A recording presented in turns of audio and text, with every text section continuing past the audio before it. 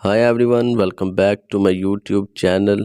आज की वीडियो में हम डिस्कस करेंगे फ़िलॉसफ़ी ऑफ रिसर्च मेथोडोलॉजी का पहला टॉपिक। इस टॉपिक को स्टार्ट करने से पहले मैं आपको ये बात वाज़े कर दूं कि ये टॉपिक थोड़ा सा डिफ़िकल्ट है और इसमें थोड़ी सी कन्फ्यूजन हो सकती है और इस कन्फ्यूजन से बचने के लिए ज़रूरी है कि आप इस वीडियो को फोकस के साथ देखें, नहीं तो आप एंड पे कहेंगे What? Bro, what are you talking about, man? मैं नहीं चाहता कि आप वीडियो देखें और बाद में अपने कंप्यूटर और मोबाइल्स के साथ कुछ ऐसा कर रहे हों।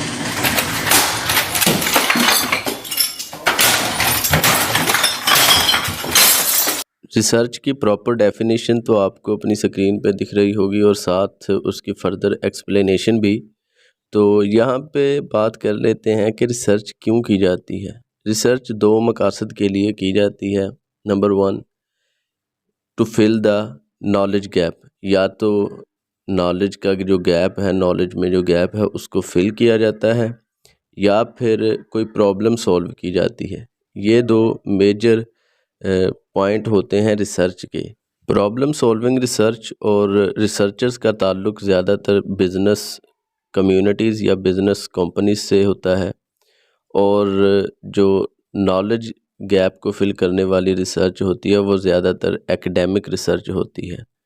और इन दोनों रिसर्चेस के जो फ़िलॉसफीज़ हैं उनमें बहुत ज़्यादा डिफरेंस होता है। अगर मोस्ट सिंपलेस्ट टर्म्स में फ़िलॉसफी ऑफ रिसर्च की बात की जाए तो यहाँ पे फ़िलॉसफी का मतलब है वर्ल्ड व्यू या फिर बिलीफ सिस्टम के एक रिसर्चर का क्या बिलीफ है चीज़ों को लेकर, दुनिया को लेकर, नॉलेज को लेकर और दुनिया की हकीकत को लेकर, और इन्हीं बुनियादों पर रिसर्च में डिफरेंस आता है। एक रिसर्चर की रिसर्च में उसकी फ़िलॉसफिकल अजम्पशंस बहुत ज़्यादा अहम किरदार अदा करती हैं। यही अजम्पशंस होती हैं जिनकी बिना पर वो एक फ़िलॉसफिकल या रिसर्च मेथड या रिसर्च स्ट्रेटजी को अडॉप्ट करता है। यहाँ पे हम फ़िलॉसफी की 3 ब्रांचेस को डिस्कस करेंगे, जिसमें सबसे पहली है एपिस्टेमोलॉजी, फिर है ओंटोलॉजी और फिर है एक्सियोलॉजी। और हम देखेंगे कि किसी भी रिसर्चर के बिलीफ सिस्टम के बदलने से उसकी फ़िलॉसफिकल अजम्पशन बदल जाती है, और उसकी फ़िलॉसफिकल अजम्पशन बदलने से उसका रिसर्च मेथड चेंज हो जाता है। अब हम बात कर लेते हैं एपिस्टेमोलॉजी की। अगर एपिस्टेमोलॉजी को देखें, जो कि थ्योरी ऑफ नॉलेज है, फ़िलॉसफिकल थ्योरी ऑफ नॉलेज। अगर हम दो रिसर्चर्स को लें जिनमें एक रिसर्चर किसी फैक्ट्री में ये रिसर्च कर रहा है कि इस फैक्ट्री को चलाने के लिए किन रिसोर्सेज की ज़रूरत है और किन मटेरियल्स की ज़रूरत है, तो वो चीज़ों पे फोकस करेगा और रिसोर्सेज पे फोकस करेगा, उसका स्टैटिस्टिकल डाटा कलेक्शन होगा। और अगर वहीं हम एक दूसरे रिसर्चर को देखें जो इस चीज़ पे रिसर्च कर रहा है कि इस फैक्ट्री में काम करने वाले मुलाजमीन का मैनेजर के साथ कैसा ताल्लुक़ है और वो अ, उस मैनेजर के अबाउट क्या सोचते हैं, क्या वो मैनेजर बहुत ज़्यादा इम्पोजिंग है या फिर वो एक काइंड इंसान है जो कि अपने वर्कर्स का ख्याल रखता है।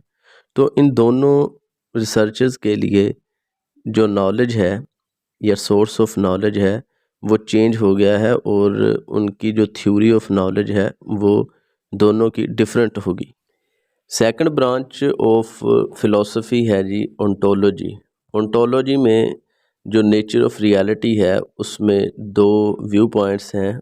एक ये कि रियलिटी जो है वो सब्जेक्टिव है, और दूसरा जो पॉइंट है वो ये है कि रियलिटी जो है वो ऑब्जेक्टिव है, यानी कि पूरी दुनिया की एक ही रियलिटी है, यानी कि ऑब्जेक्टिव रियलिटी। और दूसरा जो स्कूल ऑफ थॉट है वो कहता है कि जी नहीं, जो रियलिटी है वो प्लेस टू प्लेस और पर्सन टू पर्सन चेंज होती है। हर इंसान के सरकमस्टांसेस उसके लिए एक अलहदा रियलिटी क्रिएट करते हैं।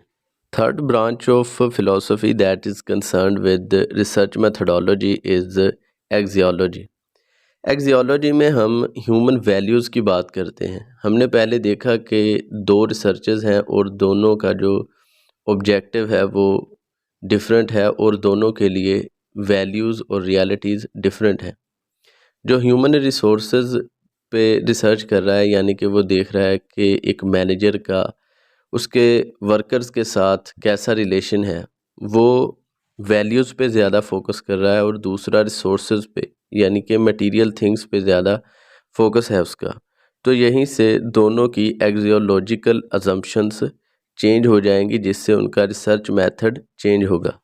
हमने देखा कि डिफरेंट रिसर्चर्स के लिए जो फ़िलोसॉफ़िकल अजम्पशंस हैं वो उनके रिसर्च ऑब्जेक्टिव के अकॉर्डिंग बदल जाती हैं, जिससे उनका जो रिसर्च मेथड है वो भी चेंज हो जाता है।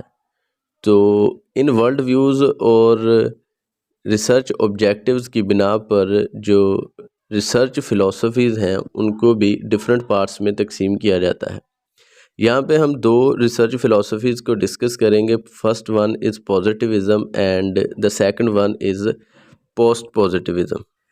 पॉजिटिविज़म को अगर सिंपलेस्ट वर्ड्स में डिफ़ाइन करने की कोशिश की जाए तो उसको ऐसे डिफ़ाइन किया जा सकता है कि अब्बा नहीं मानेंगे। अब्बा जी इसलिए नहीं मानते क्योंकि वो सोचते हैं कि जो बिलीफ सिस्टम उनका है वही सच है। इसी तरह पॉजिटिविज़म की जो फर्स्ट अजम्पशन है, जिसे हम ओंटोलॉजिकल अजम्पशन कहते हैं, उसके तहत रियलिटी इज़ सिंगल, कि रियलिटी जो होती है वो सेम होती है हर जगह। और इसीलिए पॉजिटिविस्ट रिसर्चर्स यूनिवर्सल लॉज और यूनिवर्सल रूल्स को अप्लाई करते हैं अपनी रिसर्च में।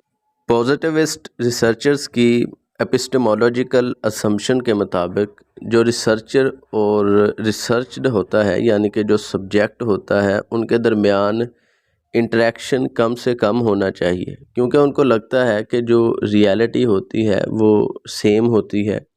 मतलब कि अगर किसी टॉपिक पर रिसर्च हो रही है तो अगर 100 लोगों से उसके बारे में पूछा जाए तो 100 के ज़हन में एक ही बात होगी।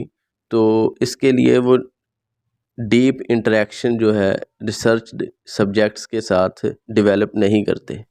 आगे आ जाती है जी एक्सियोलॉजिकल अजम्पशन। एक्सियोलॉजिकल अजम्पशन के मुताबिक रिसर्चर का जो रिसर्च प्रोसेस है उसमें वो अपनी फीलिंग्स या अपने इमोशंस या अपना बिलीफ सिस्टम नहीं पेश कर सकता। वो एक्सटेंसिव लिटरेचर रिव्यू करेगा, स्टडी करेगा, एक नॉलेज गैप आइडेंटिफाई करेगा और उसको फिल करने की कोशिश करेगा। हमने देखा कि पॉजिटिविस्ट रिसर्चर्स की जो अप्रोच होती है वो क्वांटिटेटिव होती है, स्टैटिस्टिकल होती है और अनबायस्ड होती है, जिसमें वो प्रॉब्लम को फाइंड आउट करते हैं, डाटा कलेक्ट करते हैं और उसमें जो नॉलेज गैप होता है उसको फिल करते हैं। हमने देखा कि पॉजिटिविज़म में साइंटिफिक मेथड्स अप्लाई करने हैं, क्वांटिटेटिव रिसर्च करनी है और रिसर्चर को इस बात की बिल्कुल इजाज़त नहीं कि वो अपने बिलीव्स या अपने व्यूज़ अपनी रिसर्च में शामिल कर सके। और अगर हम देखें पोस्ट पॉजिटिविज़म को तो इसमें जो मेथड्स या इसमें जो अप्रोच है वो टोटली डिफरेंट है। पॉजिटिविज़म में अब्बा जी मान नहीं रहे थे और पोस्ट पॉजिटिविज़म में अब्बा जी कहते हैं, जा सिमरन, जा जी ले अपनी ज़िंदगी। पोस्ट पॉजिटिविज़म की ओंटोलॉजिकल अजम्पशन के मुताबिक देयर आर मल्टीपल रियलिटीज़। अगर मल्टीपल रियलिटीज़ को मान लिया जाए तो लोगों के सर्कमस्टांसेस डिफरेंट होंगे, तो उनके कॉन्टेक्स्ट को समझने के लिए उनके जो ओपिनियंस हैं उनको सुनना ज़रूरी होगा। इसीलिए पोस्ट पॉजिटिविज़म की एक्सियोलॉजिकल अजम्पशन के मुताबिक रिसर्च में या रिसर्च प्रोसेस में पार्टिसिपेंट्स को भी अपने ओपिनियंस और अपने व्यूज़ देने की इजाज़त है और रिसर्चर को भी अपनी जो ओपिनियंस हैं उनको लिखने की इजाज़त होती है। मिसाल के तौर पर एक रिसर्चर रेप विक्टिम्स पे रिसर्च करता है कि वो कैसे अपने ट्रामा से निकलते हैं या निकलने की कोशिश करते हैं। जब कोई एक ऐसी रिसर्च होगी जो कि क्वालिटेटिव इन नेचर होगी, तो उसमें जो पार्टिसिपेंट्स हैं उनके जो व्यूज़ हैं या ओपिनियंस हैं वही मैटर करते हैं और उन्हीं को एनालाइज किया जाता है और उन्हीं पे जो रिसर्च है वो बेस करती है।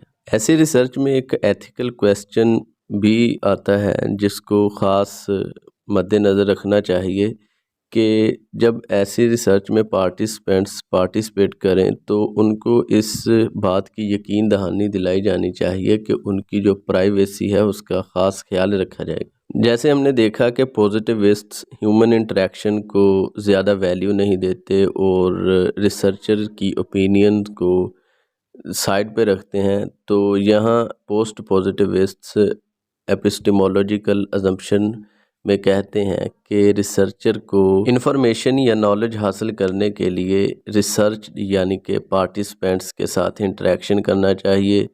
वो इसके लिए ऑब्जर्वेशन मेथड भी यूज़ कर सकता है और इंडिविजुअल इंटरव्यूज़ भी कर सकता है। पोस्ट पॉजिटिविस्ट रिसर्च फ़िलॉसफी क्योंकि थोड़ी सी फ्लेक्सिबल होती है और इसकी नेचर क्वालिटेटिव होती है, तो इसलिए इसमें रिसर्चर का रिसर्च के साथ इंटरेक्शन होता है थ्रू इंटरव्यूज़, थ्रू क्वेश्चनायर और थ्रू ऑब्जर्वेशन। अगर पॉजिटिविज़म और पोस्ट पॉजिटिविज़म का कंपैरिजन किया जाए तो पता चलता है कि दोनों रिसर्च फ़िलॉसफीज़ एक दूसरे के ऑपोजिट काम करती हैं। इस चीज़ को एम्फेसाइज़ करने के लिए मैं आपको सिर्फ इतना सा कहूँगा कि पॉजिटिविस्ट रिसर्चर्स अक्सर औक़ात पोस्ट पॉजिटिविस्ट रिसर्चर्स को डिनाई कर देते हैं और उनको मानने से इनकार करते हैं क्योंकि उनके वर्ल्ड व्यू में क्लैश आ रहा होता है। अगर पॉजिटिविज़म की अप्रोच डिडक्टिव है तो पोस्ट पॉजिटिविज़म की अप्रोच इंडक्टिव होगी। इसी तरह अगर वो क्वांटिटेटिव है इधर क्वालिटेटिव होगी, क्योंकि इधर पोस्ट पॉजिटिविज़म वाले वैल्यूज़ या इमोशंस पे ज़्यादा काम करते हैं और पॉजिटिविज़म में एक सिंगल रियलिटी है, ऑब्जेक्टिव है, और पोस्ट पॉजिटिविज़म में सब्जेक्टिव रियलिटी है यानी कि मल्टीपल रियलिटीज़ हैं। पॉजिटिविज़म को ट्रेडिशनल रिसर्च फ़िलॉसफी भी कहा जाता है क्योंकि ये एक पहले से मौजूद फ़िलॉसफी थी और पोस्ट पॉजिटिविज़म एक न्यू फॉर्म ऑफ फ़िलॉसफी है जिसने आकर पॉजिटिविज़म के व्यूज़ को चैलेंज किया था। और इसी तरह अगर पॉजिटिविज़म को रियलिस्टिक अप्रोच कहा जाता है या फ़िलॉसफी कहा जाता है तो वहीं पोस्ट पॉजिटिविज़म को क्रिटिकल रियलिस्टिक कहा जाता है। इसके साथ ही हमारा आज का लेक्चर हुआ ख़त्म और इंशाल्लाह मिलते हैं नेक्स्ट वीडियो में। ठोक दीजिए महाकाल का, ठोक दीजिए 5000 लौटे दिख जाना चाहिए। ये 4000 के लिए मैं यहाँ पे नहीं खड़ा।